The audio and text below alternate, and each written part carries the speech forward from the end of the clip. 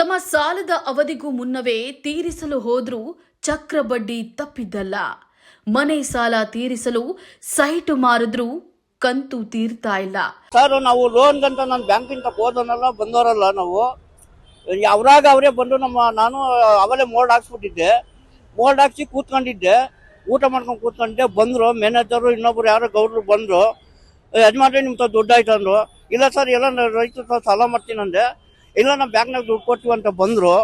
ನಾವೇ ಮಾಡಿವಿ. ಆಮೇಲೆ ಬಿಡು ರೈತ ಸಾಲ ಮಾಡ್ಬೇಕಂತ ಹೇಳ್ಬಿಟ್ಟು ಇವ್ರು ಬ್ಯಾಂಕ್ನಾಗ ಸಾಲ ಮಾಡಿವಿ.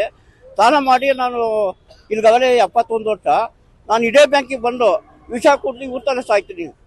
ವಾಸ್ತು ಹೋಮ್ ಫೈನಾನ್ಸ್ ಕಂಪನಿಯ ಕರ್ಮಕಾಂಡ. ಈ ಕಂಪನಿಗೆ ಸಾಲ ತೀರಿಸೋಕೆ ಮಕ್ಕಳನ್ನ ಮಾರಬೇಕಂತೆ. ಸರ್, ನಾನು ವಾಸ್ತು ಇದರಲ್ಲಿ 15 ಲಕ್ಷ ಲೋನ್ಗೆ ಹಾಕ್ಸಿದೆ ಮನೆಗೆ.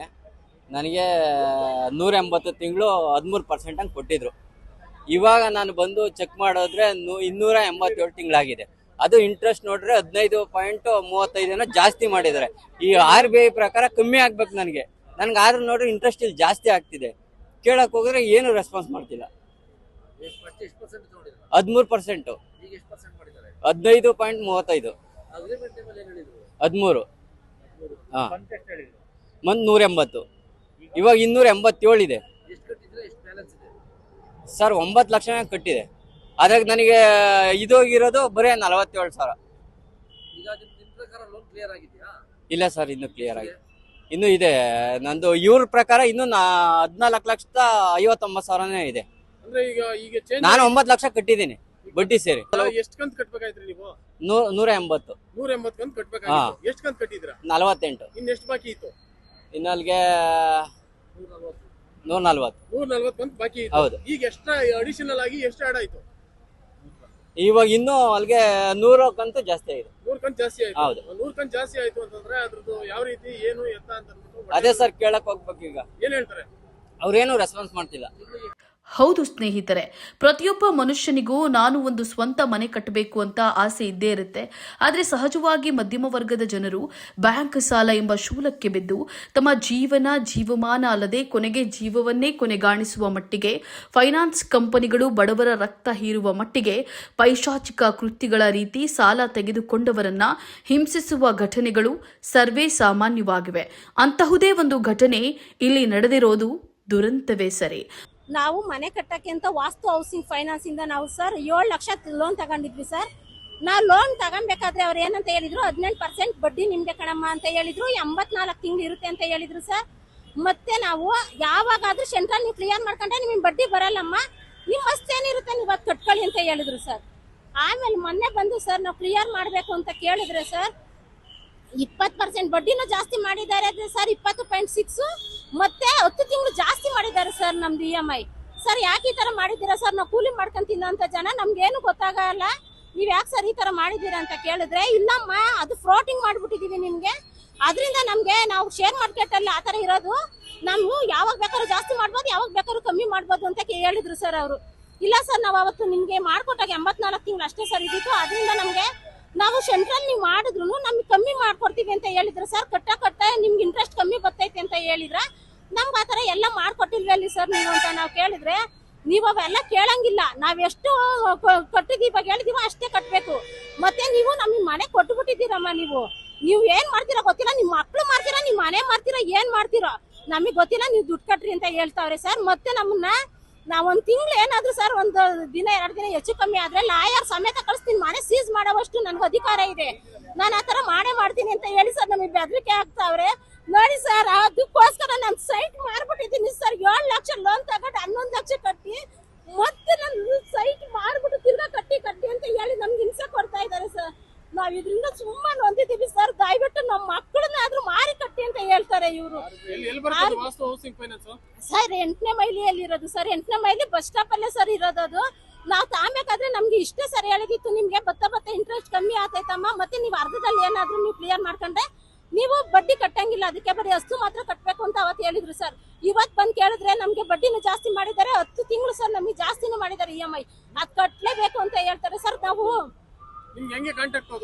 ಸರ್ ನಮ್ಗೆ ಯಾರೋ ಹಿಂಗೆ ಬೇರೆ ನಮ್ಮ ಪಕ್ಕದ ಮನೆಯವ್ರು ಅವ್ರು ತಾಂಡಿದ್ರು ಸರ್, ಅಣ್ಣಾರು, ಅವರಿಂದ ನಾವು ತಗೊಂಡ ಸರ್.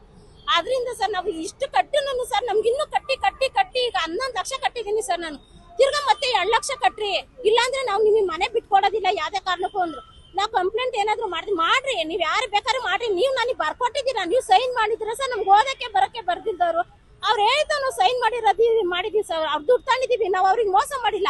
ಅವ್ರು 7 ಲಕ್ಷ ಏನೈತೆ ಅವ್ರದ್ದು ಇನ್ನು ಬೇಕಾದ್ರೆ ಇಂಟ್ರೆಸ್ಟ್ ಇಟ್ಕೊಂಡು ನಮಗೆ ಮಿಕ್ಕಿದ ದುಡ್ಡು ವಾಪಸ್ ಕೊಡ್ಸಿ ಸರ್. ನಮ್ಮ ಮನೆ ಬಿಡಿಸ್ಕೊಡ್ಬೇಕಾದ್ರೆ ನಿಮ್ಮಲ್ಲಿ ಎಲ್ಲಾರ ಹತ್ರನು ನಾನು ಬೇಡ್ಕೊಂತ ಇದ್ದೀನಿ ಸರ್, ದಯವಿಟ್ಟು ಸರ್. ಗಂಗರಾಜಮ್ಮ ಅಂತ ಸರ್. RBI ಕಮ್ಮಿ ಮಾಡಿದ್ಯಲ್ಲ ಸರ್, ಅಂದ್ರೆ RBI ಎಲ್ಲ ನಿನ್ ದುಡ್ಡು ಕೊಟ್ಟಿರೋದು, ನಾನು ವಾಸ್ತು ಫೈನಾನ್ಸ್ ಇಂದ ದುಡ್ಡು ಕೊಟ್ಟಿರೋದು ಅಂತ ಹೇಳಿ ನಮ್ಮ ಮೇಲೆ ಧಮಕಿ ಹಾಕ್ತಾರೆ ಸರ್. ಮತ್ತೆ ಆಚೆ ನಿಂತ್ಕೊಂಡು ಮಾತಾಡು, ಒಳಗಡೆ ಏನ್ ಬಂದಿದೆಯಾ ಅಂತ ಕೇಳ್ತಾರೆ ಸರ್. ನಮ್ಮ ಹಕ್ಕು ನಾವು ಕೇಳಕ್ ನಮ್ಗೆ ಅನ್ಯಾಯ ಆಗಿದೆ ಅಂತ ಅಂದ್ರೆ ನಮ್ಮನ್ನ ಆಚೆ ನೀವು ಹೋಗ್ರಿ, ಏನ್ ಒಳಗಡೆ ನೀವು ಬಂದ್ ಮಾತಾಡೋ ಅಷ್ಟಿಲ್ಲ. ನೀವು ನಾವ್ ಹೇಳಿರೋವಷ್ಟು ದುಡ್ಡು ಕಟ್ಬೇಕು ಅಷ್ಟೇ, ಇಲ್ಲಾಂದ್ರೆ ನಿನ್ ಮನೆ ನಾನು ಬೀಗ ಹಾಕ್ತೀನಿ ಅಂತ ಹೇಳಿ ಎದುರಿಸ್ತಾ ಇದ್ದಾರೆ ಸರ್ ನಮ್ಗೆ. ಮುಂದಿನ ದಿನಗಳನ್ನ ಸರಿಯಾದ ಕಾನೂನು ಕ್ರಮ ಜರುಗಿಸದೇ ಇದ್ದಲ್ಲಿ ಅಂಧಾಕಾರದಲ್ಲಿ ಮುಳುಗೋದು ಅಮಾಯಕ ಜನರೇ. ತಿಂಗಳಂತ ಕೊಟ್ಟಿದ್ದಾರೆ, ನಿಮ್ಗೆ ಗೊತ್ತಿರ್ಬೋದು ನೋಡಿ. 84 ತಿಂಗಳು ಕೊಟ್ಟಿದ್ದಾರೆ ವಾಸ್ತು ಹೌಸಿಂಗ್ ಫೈನಾನ್ಸ್ ಅಲ್ಲಿ. ಪರ್ಸೆಂಟೇಜು 18% ಕೊಟ್ಟಿದ್ದಾರೆ. ಇವತ್ತಿಗೆ ನಿನ್ನೆ ತಗೊಳಕ್ ಹೋದ್ರೆ ಇಟ್ಕೊಳ್ಳಿ 20.60% ಮಾಡಿದ್ದಾರೆ. ಆಮೇಲೆ ತಿಂಗಳು 94 ತಿಂಗಳು ಅಂತ ಕೊಟ್ಟಿದ್ದಾರೆ. 84 ತಿಂಗಳು ಸ್ಯಾಂಕ್ಷನ್ ಅಲ್ಲಿ ಕೊಟ್ಟಿದ್ದಾರೆ, ಇವತ್ತಿಗೆ 94 ತಿಂಗಳು ಕೊಟ್ಟಿದ್ದಾರೆ. ಇವ್ರು 10 ತಿಂಗಳು ಎಕ್ಸ್ಟ್ರಾ ಹಾಕಿದ್ದಾರೆ ಇಟ್ಕೊಳ್ಳಿ. ಇನ್ನೊಬ್ರು ಬೇರೆಯವ್ರದ್ದು 13% ಕೊಟ್ಟು 15.35% ಮಾಡಿದ್ದಾರೆ. ಅವ್ರದ್ದು 180 ತಿಂಗಳು ಕೊಟ್ಟಿರೋದು, 180 ತಿಂಗಳು ಕೊಟ್ಟಿದ್ದು, 15 ವರ್ಷ ಕೊಟ್ಟಿದ್ದು. ಇವತ್ತಿಗೆ ಅವ್ರದನ್ನ 277 ತಿಂಗಳು ಮಾಡಿದ್ದಾರೆ. ಕೂಲಿ ಮಾಡ್ಕೊಂಡು ಜೀವನ ಮಾಡಬೇಕು ಸರ್. ಏನ್ ಫೈನಾನ್ಸ್ ಇದು? ವಾಸ್ತು ಹೌಸಿಂಗ್ ಫೈನಾನ್ಸ್ ಅಂತ ಸರ್. ಹೇಳಿದ್ರೆ ನಾವು ಫ್ಲೋಟಿಂಗ್ ಅಂತ ಮಾಡಿದೀವಿ. ನೀವು ಅವತ್ತೇ ನೋಡ್ಕೊಬೇಕಾಗಿತ್ತು. RBIನವರು 0.5% ಕಮ್ಮಿ ಮಾಡಿದ್ದಾರೆ. ಇವ್ರಿಗೆಲ್ಲ 3% ಜಾಸ್ತಿ ಮಾಡಿದ್ದಾರೆ. 0.5% ಕಮ್ಮಿ ಮಾಡಿಲ್ಲ, 3% ಜಾಸ್ತಿ ಮಾಡಿ ಅಮಾಯಕರು. ಇವರು ಪೂರ್ತಿ ಅಮಾಯಕರು. ಏನ್ ಹೇಳ್ತಾರೆ? ಕೇಳಿದ್ರೆ ಅದು ಫ್ಲೋಟಿಂಗ್ ನಮ್ಮ ಇಷ್ಟ.